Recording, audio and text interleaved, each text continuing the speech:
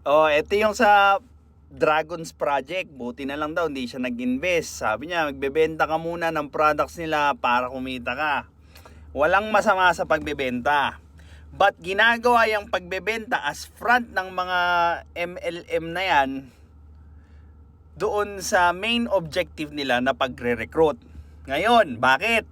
Kasi yung pagbebenta na yan, yung nagpapalegitimize nung business nila kuno. But the bulk of the money is not coming doon sa pagbebenta. Okay? Kasi ganito yan. Sa pagre-recruit nila, every time that they will be recruiting someone else, okay? Yung pagbebenta or yung mga nagbebenta, mas dumadami. Ngayon, kung mas dumadami yung nagbebenta, sino pang bebentahan mo? 'Di ba? Kaya 90% ng puking ng mga business talk na yan puro motivational.